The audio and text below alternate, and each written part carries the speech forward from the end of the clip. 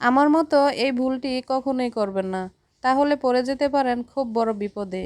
মনে রাখবেন, একটি ভুলই সারা জীবনের কান্না। হ্যালো এভরিওয়ান, আসসালামু আলাইকুম। সবাই কেমন আছেন? শরীফাস লাইফস্টাইলে আপনাদেরকে স্বাগতম। আজকে আপনাদের সাথে শেয়ার করতে যাচ্ছি আমি যে ভুলটি করেছি, এই ভুলটি করে আমি কত বড় বিপদে পড়েছি। তো এখানে দেখতে পাচ্ছেন আমি একটি পিঠার জন্য তালের রস দিয়ে একটি ব্যাটার তৈরি করেছি।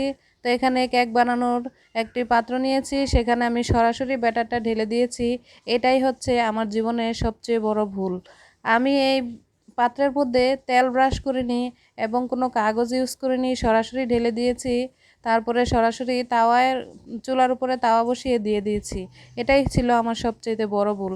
দেখেন কি অবস্থা, কেক তো খেতেই পারিনি, উল্টো আমার এই পাত্রটা নষ্ট হয়ে গিয়েছে। আজ 1 সপ্তাহ যাবৎ ভিজিয়ে রেখেছি, কোনো কাজ হয়নি। তাই আমার মতো এই ভুলটি কখনোই করবেন না।